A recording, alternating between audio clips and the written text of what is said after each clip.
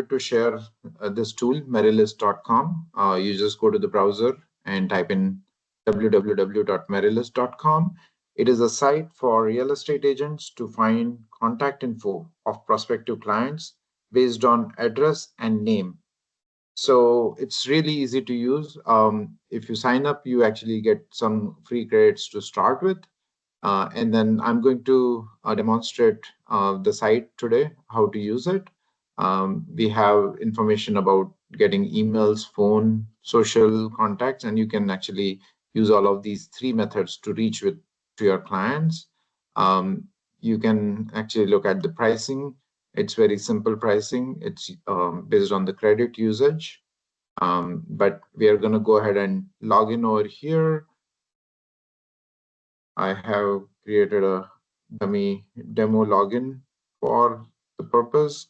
And also, we're going to look at dummy data today.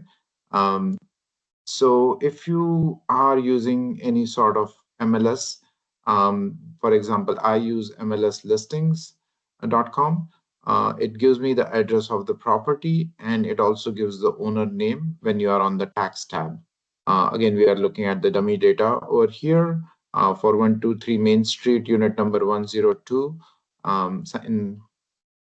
in the San Jose, and then John Smith is the dummy name. I'm going to go back to the tool, and we are going to enter this information. You don't have to remember the format, but in general, the format over here, which is requested, is last name followed by first name, followed by the middle name or middle initial. But you can directly copy it from the MLS listings, and the format should match.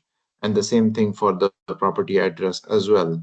Once you put these two information, you hit submit, and it is going to quickly look up and show you the history of what all you have pulled so far. So you generated a request ID with the name searched and address searched, and then you are looking at the phone number that was found, the email address, and the work email. But this is not everything that it actually has pulled for you. You can actually click on the request ID, which is a hyperlink. And once you click on the hyperlink, it will give you more information if it has. For example, if it also has the LinkedIn and Facebook information, as well as any other additional information. I'm going to go back to the contact lookup. And let's say if you wanted to search for another contact, you will get the information, the name and the address again. I'm just going to use the same one for the demo purposes over here,